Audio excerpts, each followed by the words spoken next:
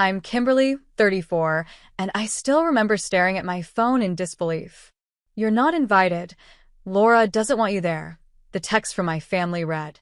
My fingers trembled as I processed those cold words. Just 3 months earlier, I had emptied my savings account to fund my brother's dream wedding venue. $25,000. Money I'd saved for years. The betrayal cut deeper than any knife could. How could they take my money, then shut me out?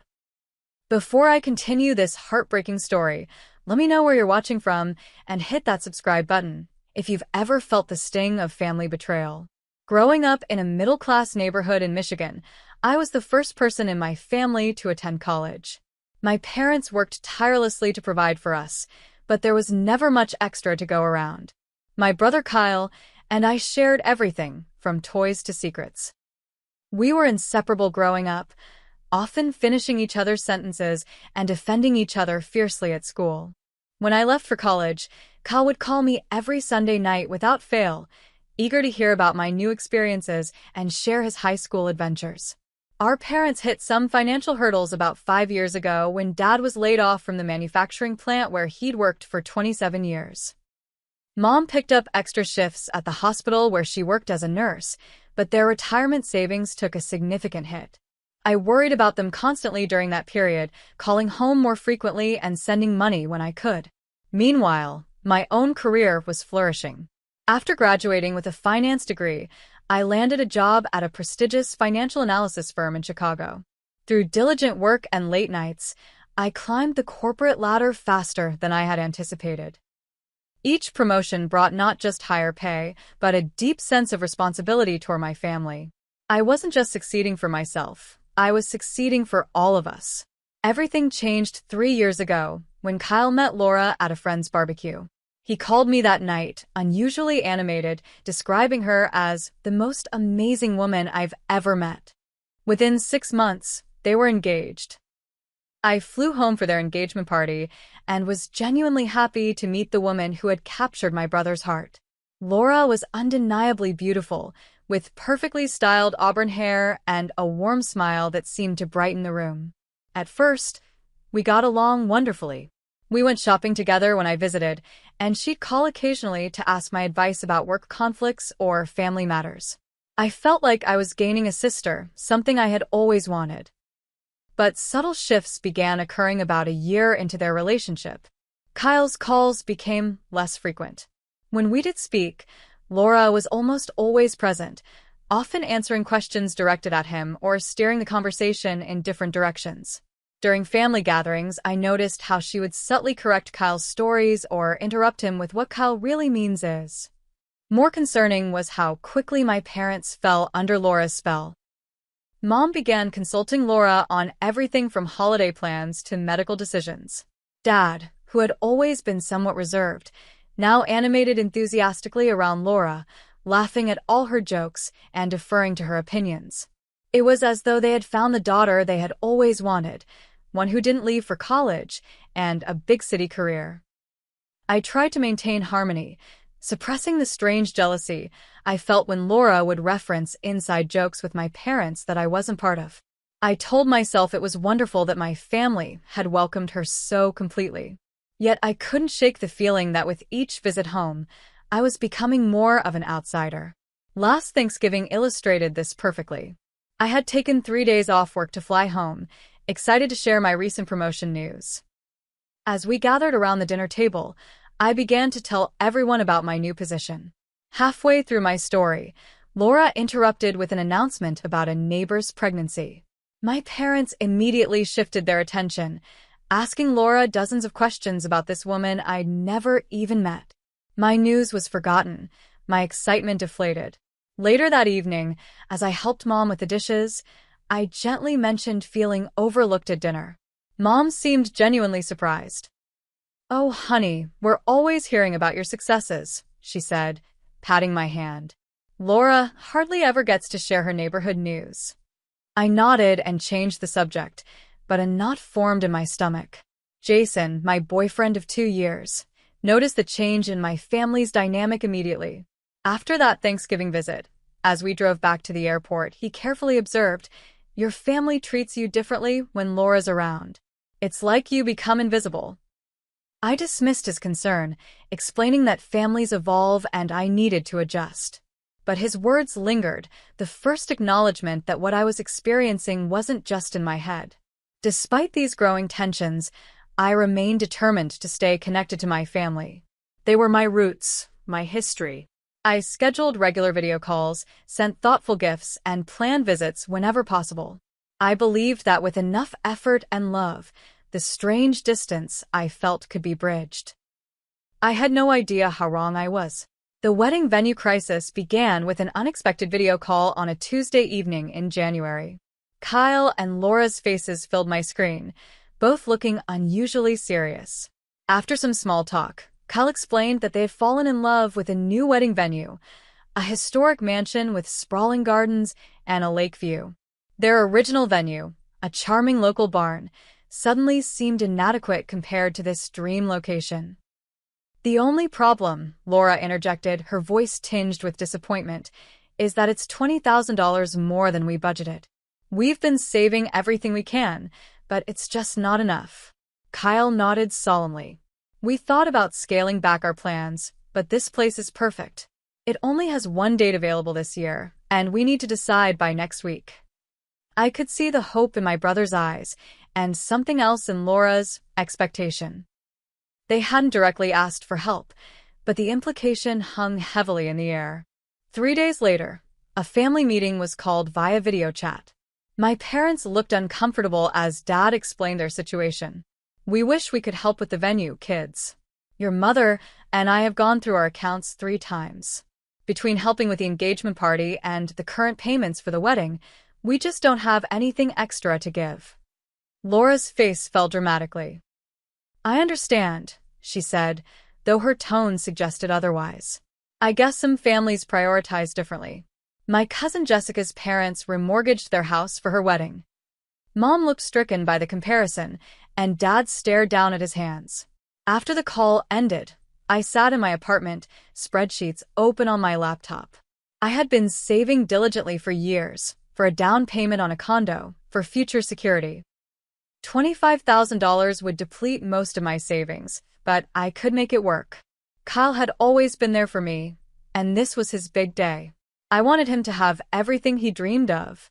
The next morning, I called Kyle when I knew Laura would be at her yoga class. I want to help with the venue, I told him. I can cover the difference, $25,000 to include a buffer for any other unexpected costs. The line went silent for a moment. Kim, are you serious? Kyle's voice cracked. That's too much. We can't accept that. You can and you will, I insisted. You're my only brother and I want your day to be perfect. Consider it an investment in your happiness. Kyle's gratitude was overwhelming. You have no idea what this means to us. You'll be our honored guest. More than that, you'll be part of everything. This wouldn't be happening without you. That afternoon, I visited my bank and initiated the transfer. The banker raised her eyebrows slightly as she processed the withdrawal. That's a significant portion of your savings, she noted professionally. Are you sure you want to proceed? I nodded confidently, though my stomach fluttered with momentary doubt. That evening, Jason and I sat on our couch, takeout containers spread before us as I told him about my decision. His fork paused midway to his mouth. $25,000? Kim, that's most of your condo fund. I know, I acknowledged. But it's for Kyle. You should have heard how happy he was. Jason set down his fork. I'm not questioning your generosity. I just hope they appreciate what this means for you. That's a massive sacrifice. When Laura finally called to thank me, her gratitude seemed rehearsed and brief. This is so generous of you, she said, her voice lacking the emotion I had expected. Kyle tells me you want to be involved in the planning. That's sweet, but don't feel obligated. Planning is stressful, and you're so busy with work. Later that week, I stopped by their apartment to drop off some wedding magazines I'd purchased. Through the partially open door, I overheard Laura speaking to someone on the phone. His sister's trying to take over now that she's paying for it, she was saying. I appreciate the money, but I don't need another opinion on everything.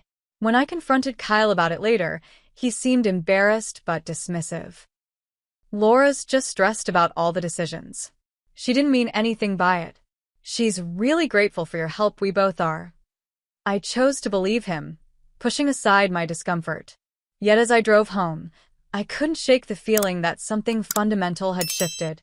The excited planning sessions I had envisioned seemed unlikely to materialize. Still, I told myself that the important thing was giving Kyle his dream wedding. My involvement was secondary. What I didn't realize then was that I hadn't just written a check. I had inadvertently purchased a front row seat to my own exclusion from my family. The first wedding planning session filled me with excitement. Laura had created a group chat titled Dream Wedding Team that included me, her mother, my parents, and her 2 bridesmaids. We met at a local cafe where Laura distributed color-coded binders containing timelines, inspiration photos, and budget sheets. I was impressed by her organization and eagerly flipped through the materials, jotting down ideas in the margins. "These centerpieces are beautiful," I commented, pointing to an arrangement of roses and baby's breath. "The florist I used for my company's gala last year could create something similar, probably at a discount." Laura smiled tightly.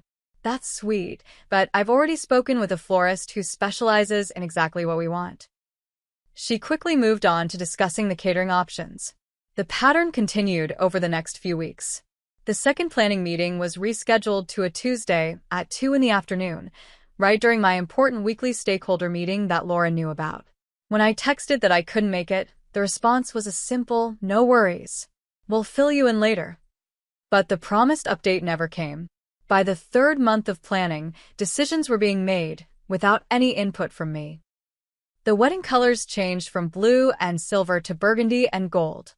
The band was swapped for a DJ. The cake design transformed from traditional to modern. I learned about each change through social media posts or casual mentions during family calls. One Saturday, I drove 3 hours to attend what I thought would be a major planning session for the venue decorations. I had taken time to create a presentation board with ideas that would complement the mansion's historical architecture while incorporating Kyle and Laura's personal style. When I arrived, Laura seemed surprised to see me. "Oh, Kimberly, I thought I told you we rescheduled for tomorrow." Her voice was apologetic, but her eyes showed no real remorse. "We actually finalized most of the decoration decisions last week. Your mom had some wonderful ideas that we're going with."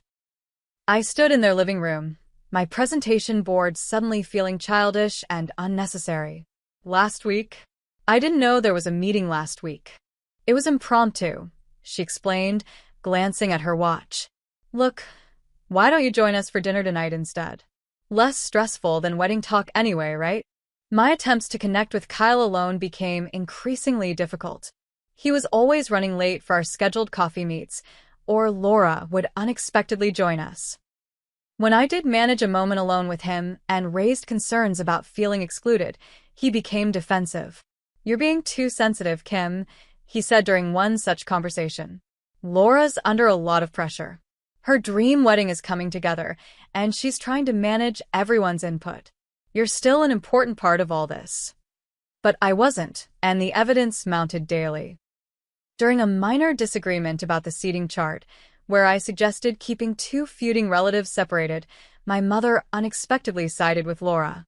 "Honey, Laura has a vision for how this should work. She's really thought it through." Dad, who had always been my champion growing up, now routinely deferred to Laura's opinions. "Laura knows best," became his standard response to any wedding-related question I raised. The growing isolation drove me to confide in my college friend Rebecca over lunch. As I described the situation, tears I hadn't realized I was holding back spilled onto my cheeks. "Kim, do you hear yourself?" Rebecca asked gently. "They took your money, and now they're pushing you aside. You're being manipulated and used." I wiped my tears away quickly. "That's too harsh. They're not doing it deliberately. It's just wedding stress and, I don't know, family dynamics changing." Rebecca reached across the table and squeezed my hand. "Sweetie, I know you love your family, but this isn't right. $25,000 isn't a small gift. At minimum, They should be treating you with respect and inclusion. I dismissed her concerns, though they echoed my own hidden thoughts. My family wouldn't use me. There had to be reasonable explanations for everything. The bridal shower in April crystallized my outsider status. Hosted at Laura's mother's house, it was an elegant affair with champagne, finger sandwiches, and personalized party favors. I arrived early to help set up, but Laura's bridesmaids Grace and Tiffany were already arranging everything according to a detailed plan I hadn't seen. When guests arrived, I noticed every woman wore a special corsage except me. During the gift opening ceremony, Laura's mother gave a touching speech thanking everyone who had contributed to making the wedding special. My name wasn't mentioned, despite my contribution being the largest by far. As I drove home that evening, a hollowness expanded in my chest. The truth I had been avoiding crystallized into sharp clarity. I was no longer a central figure in my brother's life. More disturbingly, my entire family had realigned themselves with Laura at the center and me on the periphery. What I couldn't understand was why. What had I done to deserve this gradual erasure? The definitive moment of betrayal arrived unexpectedly on a rainy Tuesday afternoon. I had stopped by my parents' house to drop off a birthday gift for my dad when I noticed a stack of envelopes on the kitchen counter. The return address showed Kyle and Laura's names, and I immediately recognized them as wedding invitations. Curiosity mixed with excitement as I picked one up, wondering what the final design looked like after months of planning. My mother walked in as I was admiring the elegant burgundy and gold embossing. "Oh, those just arrived yesterday," she said, reaching for her coffee mug. "They turned out lovely, didn't they?" I nodded and opened the envelope, pulling out the invitation suite. My eyes scanned the details, then stopped abruptly at the section listing the wedding party. Kyle's best man and groomsmen were listed. Laura's maid of honor and bridesmaids were listed. My name was nowhere to be found. "Mom," I said slowly, "I'm not in the wedding party." She looked uncomfortable, focusing intently on stirring her coffee. "Laura thought it would be better if you could just enjoy the day as a guest. Being in the wedding party is stressful, with all the responsibilities and photos." A cold understanding washed over me. "Did you know about this?" "Kyle mentioned it a few weeks ago," she admitted. "I assumed he had discussed it with you." I drove straight to Kyle's apartment, the invitation clutched in my hand. When he answered the door, his expression immediately shifted from welcome to wariness. "Why am I not in your wedding party?" I asked without preamble, holding up the invitation. "You never even had a conversation with me about it." Kyle's eyes darted past me, likely checking if anyone could overhear us on the landing. "Come inside," he said quietly. Once in their living room, Kyle's explanation emerged in fragments of weak excuses. The wedding party was getting too large. Laura wanted symmetry in the photos. Her friends had already purchased their dresses. "Kyle," I interrupted. 3 months ago, when I agreed to help with the venue, you said I would be an honored part of everything. What changed?" He looked down at his hands. "Nothing changed. You're still important to us. It's just, Laura feels that you might try to influence things too much." "Influence things?" I repeated. "You mean the wedding I'm largely paying for? Is it unreasonable to expect some involvement?" "See, it's that attitude," he said, an unfamiliar edge to his voice. "Laura thinks you're holding the money over our heads." The conversation deteriorated from there. Every point I raised was deflected or dismissed. When I mentioned our lifelong close relationship, Kyle responded that people grow and change. When I brought up my financial contribution, he accused me of being transactional about family matters. It was like arguing with a stranger wearing my brother's face. That evening, I called my parents, hoping they might help Kyle see reason. Their response left me speechless. "Kimberly," my father said, his voice uncharacteristically stern, "this is Kyle and Laura's wedding. They get to make the decisions, regardless of who's paying." "But Dad, it's not about control. It's about being included, being acknowledged as important in Kyle's life." My mother interrupted. "Honey, Laura has confided in us about how difficult you've made this process. The constant suggestions, the criticism of her choices. What criticism? I asked, genuinely bewildered. When have I ever criticized her plans? A heavy silence followed. Laura said you've been telling people that she's only marrying Kyle for his potential inheritance, that you think her taste is tacky, that you're embarrassed to have her join the family. I was stunned. I never said any of those things. Ever. Who told you this? Laura showed us the texts. My father responded. What texts? I never sent any texts like that. My voice had risen to a shout, something that rarely happened. Another silence. Well, my mother finally said, perhaps there's been a misunderstanding. But right now, the important thing is to support Kyle and Laura during this stressful time. Maybe you should take a step back. After hanging up, I sat in shock on my couch, trying to process what was happening. Laura had apparently been constructing a narrative about me, a false one, and my family had accepted it without question. The thought that they would believe I could say such horrible things without even asking me about them first was devastating. I broke down completely when Jason came home and found me still sitting in the dark. Between sobs, I explained everything: the invitation, the confrontation with Kyle, the bewildering conversation with my parents. Jason held me tightly. Kim, I hate to say this, but this is a normal family tension. This sounds like Laura is deliberately isolating you, and for some reason, your family is allowing it. But why? I asked through tears. What have I done to deserve this? Jason's answer was gentle but direct. Sometimes it's not about what you've done. Some people feel threatened by strong relationships. Your bond with Kyle, your financial success, your parents' love for you. Laura might see all of that as competition. The next morning, with Jason's encouragement, I wrote a heartfelt email to my entire family. I expressed my hurt feelings, but also my continued love and desire to repair whatever damage had been done. I directly addressed the false accusations, stating clearly that I had never said anything negative about Laura. I ended by saying that regardless of my role in the wedding, I wanted to support Kyle's happiness and maintain our family bonds.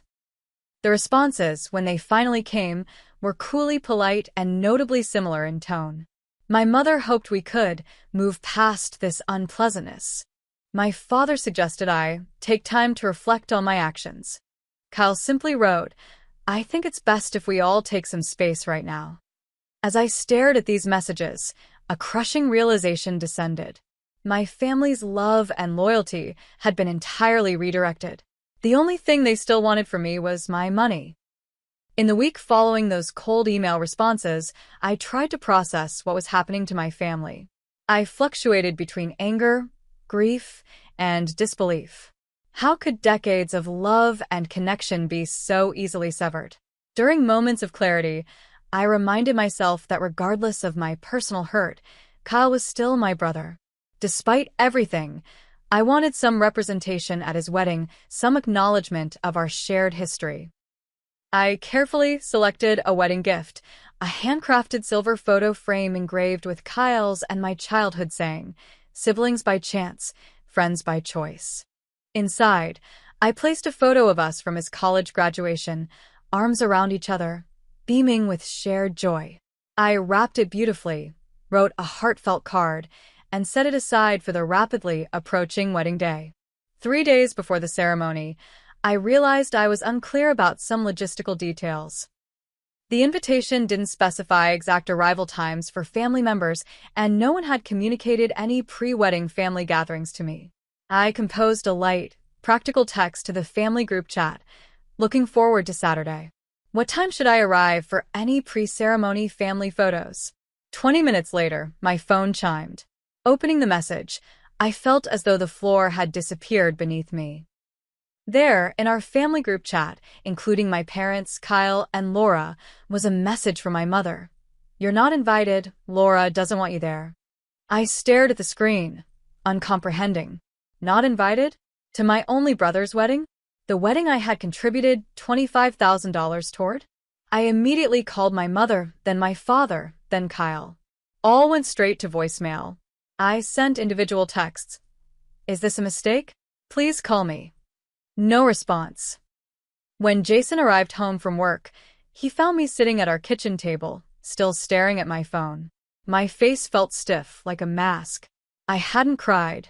I felt beyond tears, in some numb territory I'd never experienced before. Kim. Jason approached cautiously. What happened? I silently handed him my phone. His expression shifted from confusion to shock as he read the message. This can't be real, he muttered, then looked up at me. Have they responded to anything else? I shook my head. Nothing. It's like they've all blocked me. Jason pulled me into an embrace, and only then did the tears come. Violent, body-shaking sobs that seemed torn from the deepest part of me.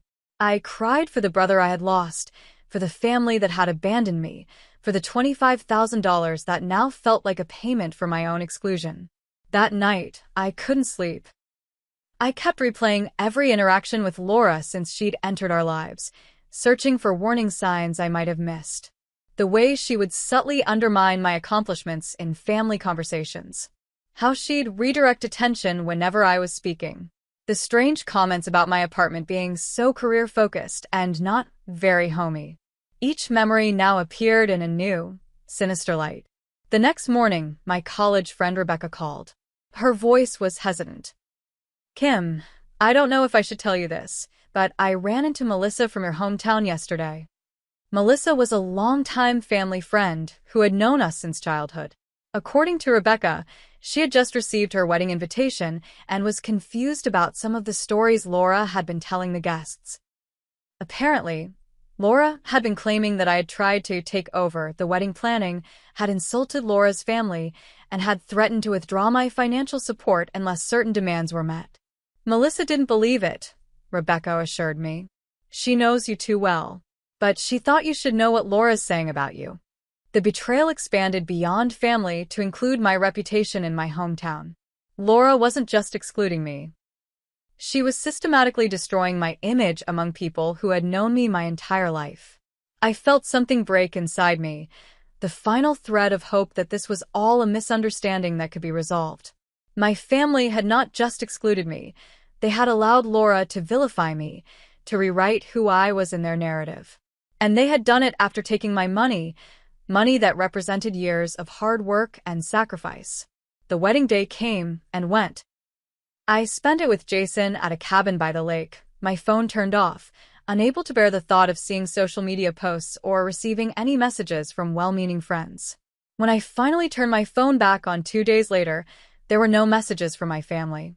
Not a single inquiry about my absence, not a word of explanation or regret. The silence was the final confirmation. The family I had known and loved for 34 years no longer existed for me. The weeks following the wedding were the darkest of my life. I moved through my days like a ghost, going through the motions at work, but feeling disconnected from everything around me. Food lost its taste. Sleep came in short, restless bursts punctuated by vivid dreams of family gatherings where no one could see or hear me. I declined invitations from friends, unable to explain what had happened without breaking down. Jason watched this decline with growing concern. One evening, he sat beside me on the couch where I had been staring blankly at a book for over an hour, not turning a single page. Kim, I think you should talk to someone professional about this, he said gently. What your family did, it's traumatic. You don't have to go through this alone. My initial reaction was resistance. Therapy seemed like an admission that something was wrong with me, not with the situation. But as another sleepless night stretched before me, I realized Jason was right. I was drowning in grief and needed help finding my way back to shore. My first therapy session with Dr. Mitchell was awkward and tearful. I stumbled through the story, still unable to make sense of how quickly and completely my family had turned against me. Dr. Mitchell listened attentively, occasionally asking clarifying questions. Near the end of the session, she said something that stopped my racing thoughts.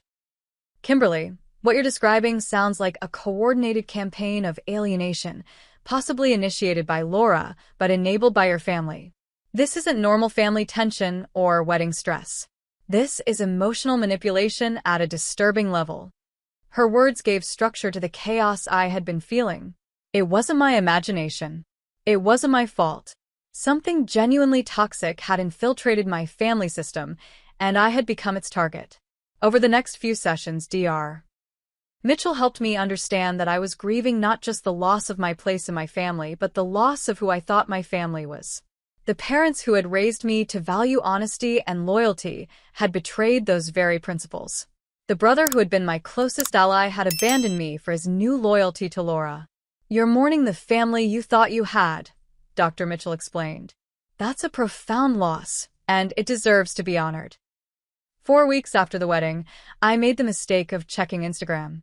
The algorithm, unaware of my family situation, prominently displayed photos from Kyle and Laura's wedding. The venue was even more magnificent than I had imagined.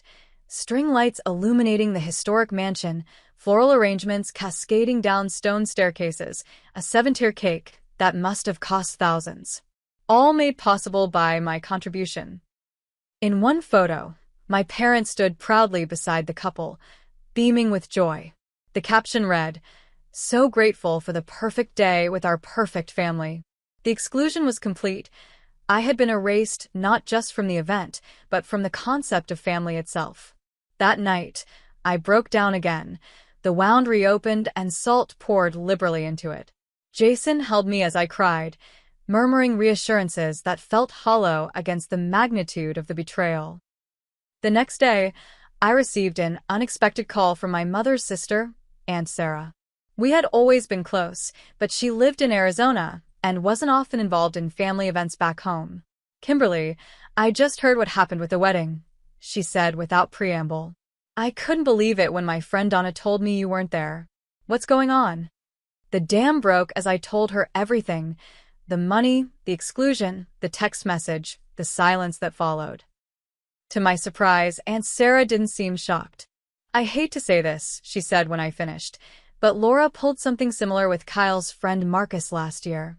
Remember his childhood friend who suddenly stopped coming around? Laura convinced Kyle that Marcus had made a pass at her during a party. Marcus denied it completely, but Kyle chose to believe Laura. I thought it was strange then, but now I'm seeing a pattern." A cold clarity washed over me. "She's isolating him," I said quietly. "It's what certain types of controlling people do," Aunt Sarah confirmed. "They systematically cut their partners off from support systems, especially those who might see through their manipulation. The fact that you're strong, successful, and had a close bond with Kyle probably made you target number one." Our conversation continued for over 2 hours.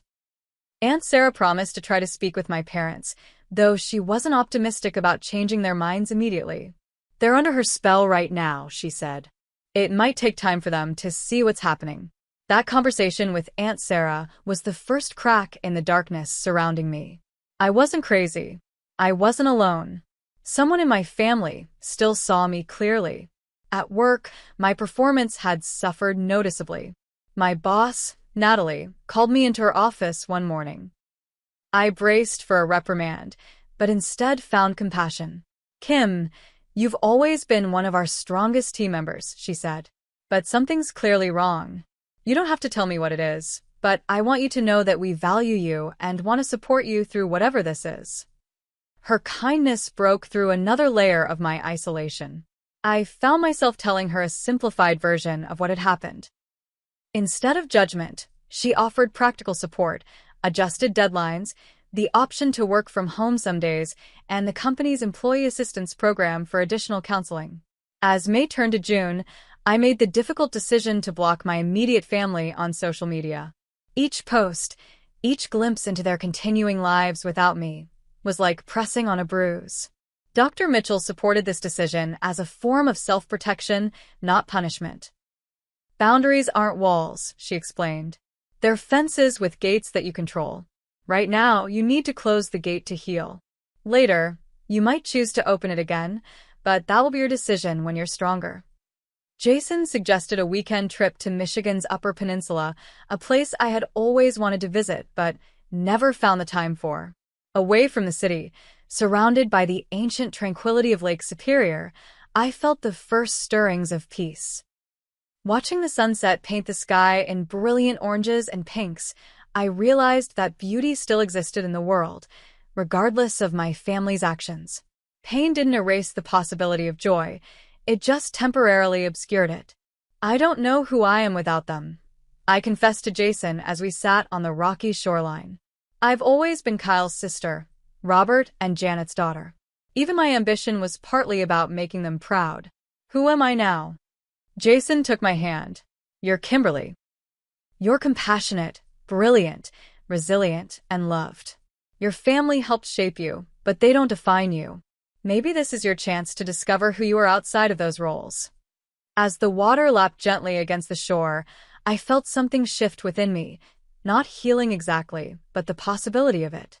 A small seed of strength taking root in the devastated landscape of my heart. 6 months after the wedding that I never attended, autumn arrived with crisp air and new beginnings. My apartment, once filled with family photos that caused me pain, now displayed art that I loved, souvenirs from weekend trips with Jason, and pictures with friends who had proven their loyalty during my darkest days. I had established new traditions to replace the family rituals that were now lost to me. Sunday mornings, once reserved for calls with my parents, became my time for yoga and journaling. Thanksgiving plans involved a Friendsgiving potluck rather than a trip to Michigan.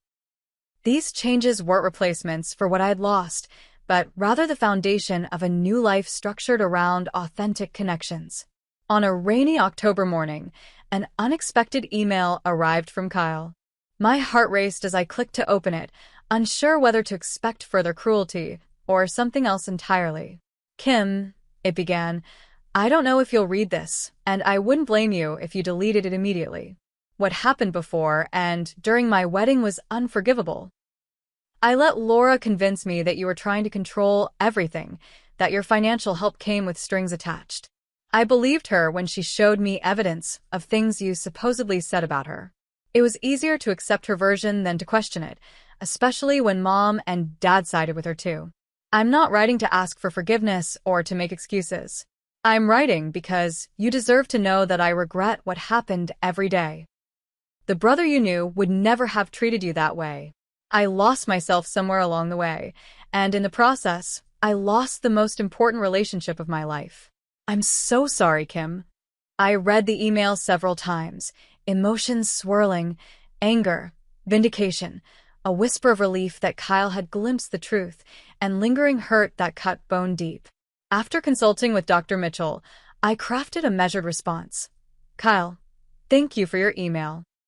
I won't pretend that your words erase the pain of being excluded from your wedding after contributing $25,000 to make it possible, or the humiliation of being told via text that I wasn't welcome. What happened wasn't just hurtful, it was cruel in a way I never imagined my family could be. I appreciate your acknowledgement of what happened.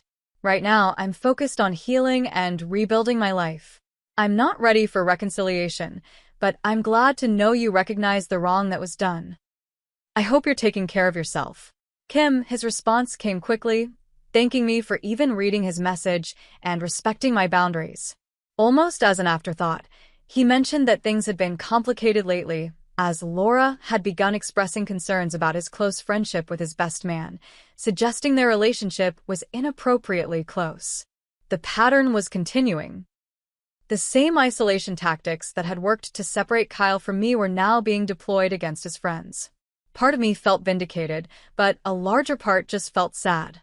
The controlling dynamic I had glimpsed was tightening around my brother like a noose. Financially, I had slowly begun to recover from the significant loss. My promotion had come with a salary increase, and I had implemented a strict saving plan to rebuild my depleted funds. Each deposit into my savings account felt like reclaiming a piece of myself, a reminder that I could recover from this setback. Dr. Mitchell helped me frame what happened in terms of relationships versus transactions. True love, whether between family members, friends, or partners, is given freely, without expectation of return, she explained. What your family participated in was transactional. They took your financial contribution but withdrew their love when you didn't conform to Laura's expectations. That's not how healthy relationships work. This framework helped me recognize the difference between genuine connections and conditional ones. I began evaluating all my relationships through this lens, strengthening bonds with friends who had demonstrated unconditional support and creating healthy distance from those whose affection seemed contingent on what I could provide for them. In November, Aunt Sarah visited Chicago, and we spent a weekend catching up.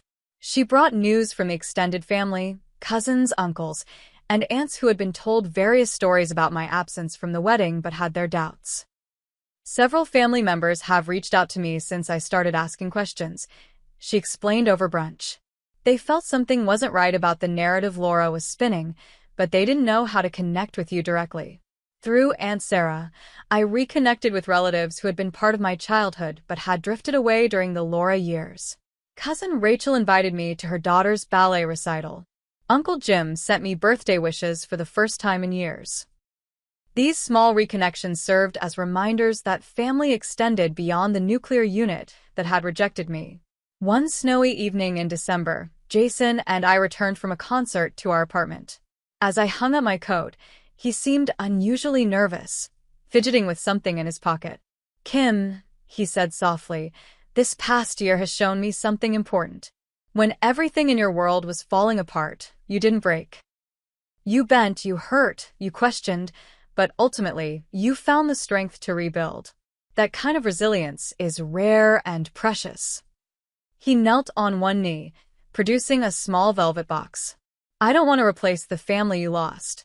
I want to be the family you choose, the beginning of something new and healthy and strong. Will you marry me?" Tears filled my eyes, not the broken tears of earlier that year, but tears of recognition that even from the depths of betrayal, new beginnings could emerge. "Yes," I whispered. "Absolutely yes." As winter turned to spring, I continued therapy, not because I was broken, but because I was committed to growth. Dr. Mitchell helped me recognize that the pain I had experienced had transformed me in unexpected ways. I was more discerning about who I allowed into my inner circle, more assertive about my boundaries, more appreciative of genuine connections. "You've learned through fire what many people never learn," she told me during one of our sessions. "You've learned that love without respect isn't love at all. That family is defined by how people treat you, not just by blood. That your worth isn't determined by others' ability to see it." These lessons, though brutally acquired, had become wisdom I carried forward. I no longer confused self-sacrifice with love or silence with peace. I had learned that sometimes the healthiest thing you can do is walk away from people who cannot value you properly, even when those people are family. The most profound lesson was about forgiveness, not the kind that invites further harm, but the kind that releases you from carrying the weight of others' actions. I wasn't ready to forgive my family, but I had stopped allowing their betrayal to define my present or determine my future. On the one-year anniversary of that devastating text message, I wrote a letter to myself that I didn't intend to send to anyone. In it, I acknowledged the pain, the growth, the loss, and the unexpected gains. I ended with words that felt like a door closing on one chapter and opening to another. The family that raised me taught me about loyalty until they abandoned it. They taught me about unconditional love until they placed conditions on theirs. They taught me about honesty until they embraced lies. The greatest gift I can give myself now is to honor those original teachings even when they couldn't, to be loyal to my own worth, to love myself unconditionally, to embrace truth, even when it hurts. In doing so, I become not just a survivor of betrayal, but a creator of a new legacy, one built on authentic connection rather than obligation or blood. As I sealed that letter in an envelope, I felt a sense of completion. The wound would always be part of my story, but it no longer defined me.